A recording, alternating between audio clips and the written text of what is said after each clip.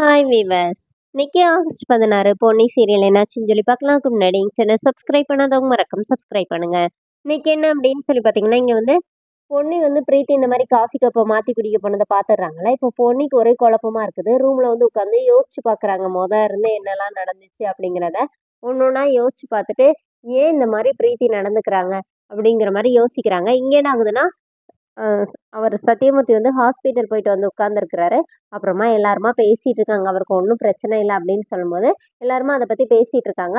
அதுவும் இல்லாம "நீங்க நல்லா இருக்கணும்ப்பா" அப்படின்னு பேசிட்டு இருக்கும்போதே, சண்முகம் என்ன சொல்றாருன்னா, "ஆமா இன்னும் இன்னொரு குழந்தைலாம் வருதுல்ல, உங்க பேர பிள்ளையெல்லாம் பார்க்கல" அப்படின்னு பேசும்போது, கார்த்தி என்ன சொல்றாருன்னா, "நீ சக்தி பொண்ணிய தானே சொன்னனோனே, ஆமாடா உனக்கு தான் இன்னும் கல்யாணமே முடியலைன்னோனே, எனக்கு கல்யாணம் முடிஞ்சா நீங்க என்ன சந்தோஷப்படுவீங்களான்னோனே, நாங்கன்னா சந்தோஷப்படுவோம். ஆனா அந்த பொண்ணு தான்டா பாவம்னோனே, ஏன்டா இப்படி சொல்றீங்க? நானா கட்டிக்கிற போற பொண்ண நல்லா வச்சிருப்பேன்னு சொல்லிட்டு பிரீத்திய பார்த்து சொல்லும்போது, சண்முகம் அத கவனிக்கிறாரு. இது சரியில்லையேடா அப்படின்னு சொல்லி இவங்கலாம் ஜாலியா பேசிட்டு இருக்காங்க.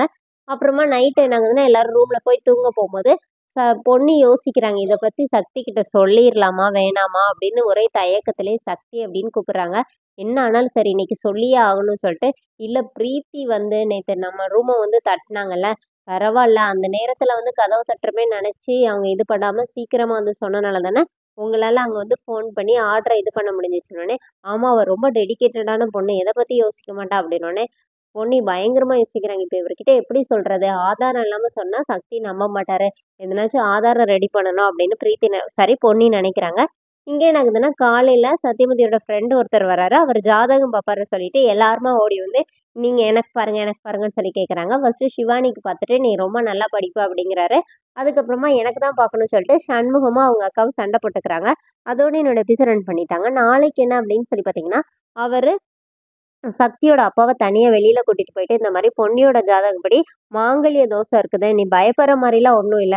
குடும்பத்துல இல்ல கணவன் மனைவிக்குள்ள விரிசல் ஏற்படும். அதுக்கு நான் சொல்ற பரிகாரத்த டெய்லி செஞ்சாலே போதும் சரியா போயிரும் அப்படிங்கிற மாரி. ஆனா அத தவறாம செய்யணும் அப்படிங்கிற மாரி சொல்றாரு. அதோட என்னோட எபிசோட் ரன் பண்ணியிருக்காங்க. தேங்க்ஸ்.